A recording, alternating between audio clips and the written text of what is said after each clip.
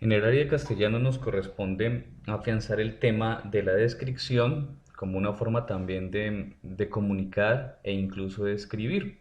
Este tema es de afianzamiento porque ya lo habíamos tratado en algún momento con los cursos sexto y séptimo.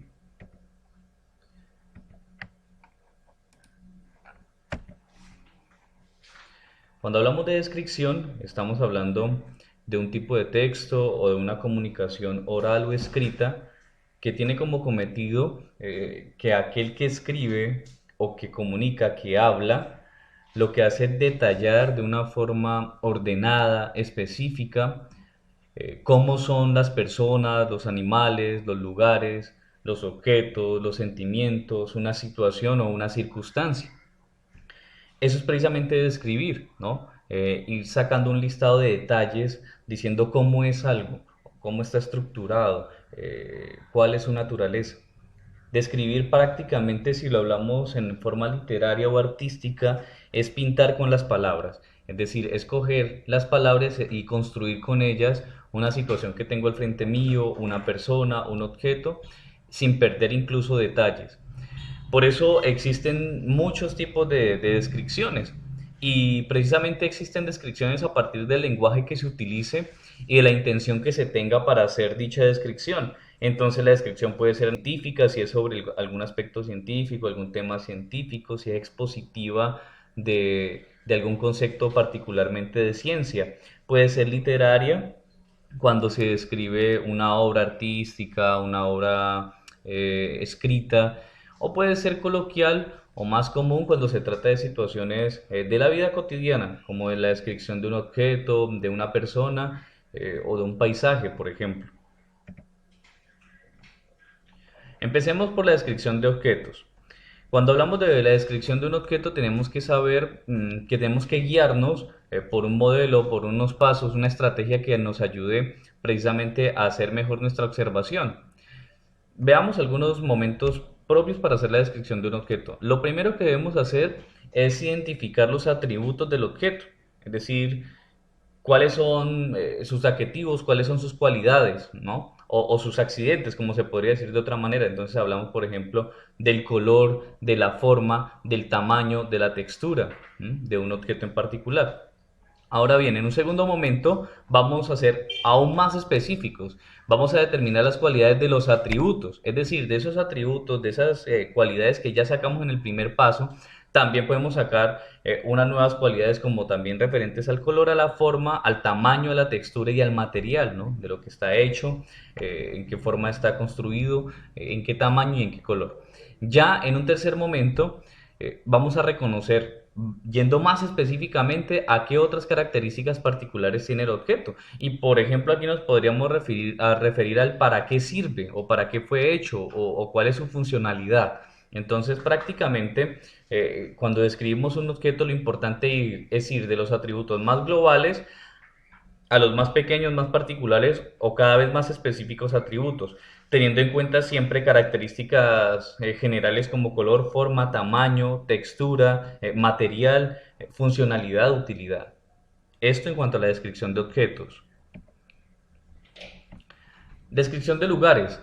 Cuando tenemos que llevar a cabo la descripción de un lugar o de un paisaje, de un entorno en particular, lo que hay que hacer en un principio es dejarnos guiar por una visión general, es decir, hacer una perspectiva global, mirar el todo que queremos describir. Y poco a poco vamos desglosando los elementos que tenemos que describir o que tenemos que detallar. Entonces, para empezar a ubicar en el espacio o en el lugar los elementos del entorno, del paisaje que vamos a describir, es necesario utilizar conectores que nos sirvan para afianzar la idea de lo que queremos comunicar, como por ejemplo orientar a través de la palabra, es decir, con expresiones como a la derecha, junto a, al fondo de, detrás de, en el centro, alrededor. Son expresiones que le van a dar fuerza a lo que vamos a comunicar a través de nuestra descripción. La descripción de personas, que es la más común y la más utilizada literariamente, entonces tiene muchas maneras de utilizarse dentro del acto comunicativo. La descripción puede centrarse solo, por ejemplo, en los rasgos físicos, ¿no? Y hacer una descripción solamente del aspecto físico de una persona. en su apariencia externa, pero también se puede hacer una descripción de los rasgos interiores, de los sentimientos, de las emociones, de los rasgos psicológicos, de la conducta, de la forma de ser, de actuar y del carácter de una persona. Digamos que para conseguir una descripción más precisa o más completa, que es la descripción de una persona completa, es combinar estos dos aspectos, es decir, describir a la persona tanto en su aspecto físico exterior como también en su aspecto interior, emotivo, sentimental, para que la descripción sea completa. A esta descripción literariamente que sigue un orden específico también se le conoce como retrato, ¿no? No solamente retrato pintado, sino también el retrato descrito a través de la palabra. Entonces es necesario también llevar a cabo la descripción, como todas, siguiendo un orden determinado, pasando de lo físico a las cualidades, a la forma de actuar, a los sentimientos, a las emociones, a la conducta, al aspecto psicológico, por ejemplo. Características entonces que tenemos que tener muy en cuenta, presentes, cuando vamos a describir a una persona. Entonces, en el aspecto físico, tenemos que tener los rasgos generales, ¿no? De lo que estamos describiendo. Por ejemplo, el sexo, la edad, la estatura, la complexión. Entonces ahí hablamos complexión, entonces decimos que es corpulento, atlético, robusto, débil, grueso, esbelto, anciano. En cuanto al género, si es hombre, mujer, si es joven, si es adulto, niño, bueno, etcétera. Son características y expresiones que nos van a servir para definir la complexión.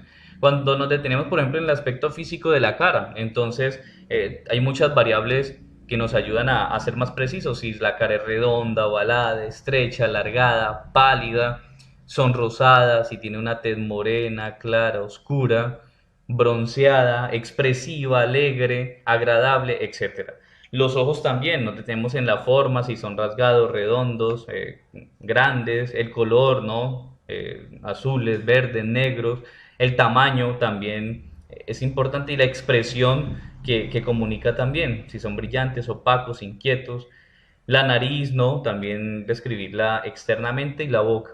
Pero la descripción de la persona a nivel de retrato global no se detiene solamente en estos aspectos físicos, también hay que tener en cuenta aspectos, por ejemplo, como el vestido, como el carácter, si es risueño, si es inteligente, si es amargado, eh, si es tímido, la conducta, los hobbies, lo que le gusta hacer a la persona. Todo esto es fundamental dentro de la descripción de una persona para hacer de esta descripción una descripción completa.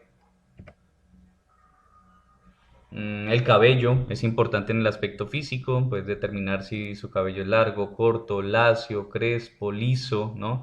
Pero también son importantes, como lo decíamos un momento, para hacer la descripción completa, las características internas. Entonces, en cuanto al carácter, si es agradable, desagradable, simpático, antipático, divertido, sincero, vanidoso, introvertido, cómo se comporta, cuáles son sus anhelos, sus gustos, son importantes dentro de un proceso descriptivo lo más completo posible. Es así entonces que tenemos que tener presente que para describir un objeto, un lugar y una persona estamos hablando de una forma de escribir distinta y que hay que seguir unos pasos también diferentes para hacer dichas descripciones. Siempre en la descripción es importante hacerla lo más completa posible. ¿Por qué? Porque nosotros estamos describiendo algo que nuestro lector o nuestro oyente no ve o no tiene al lado. De manera que cuando él nos escuche o nos lea, él va a poder hacer la imagen que nosotros pretendemos comunicar. Por eso es importante comunicar lo más completo posible. Teniendo en cuenta estos puntos y este tema, pues vamos a realizar la actividad que va a quedar también anexada en las tareas. Lo primero que tenemos que hacer, ya conocemos, es tomar apuntes de la clase, enviar evidencia de ello. Los apuntes hacen parte de todo el trabajo y de la calificación. Pero teniendo en cuenta cada uno de los contenidos vistos en clase, los pasos para hacer una descripción, vamos a realizar la descripción de un objeto, el que nosotros queramos, de un lugar y de una persona. Entonces son tres descripciones. Vamos a hacer la descripción siguiendo los pasos vistos en clase y lo vamos a hacer lo más completa posible. Y esa descripción, cada una de ellas va a ir acompañada de un dibujo que grafique lo que nosotros estamos comunicando con las palabras. Son tres descripciones con cada uno de sus dibujos, lo más completa posibles, añadiendo también los apuntes de la clase de vista.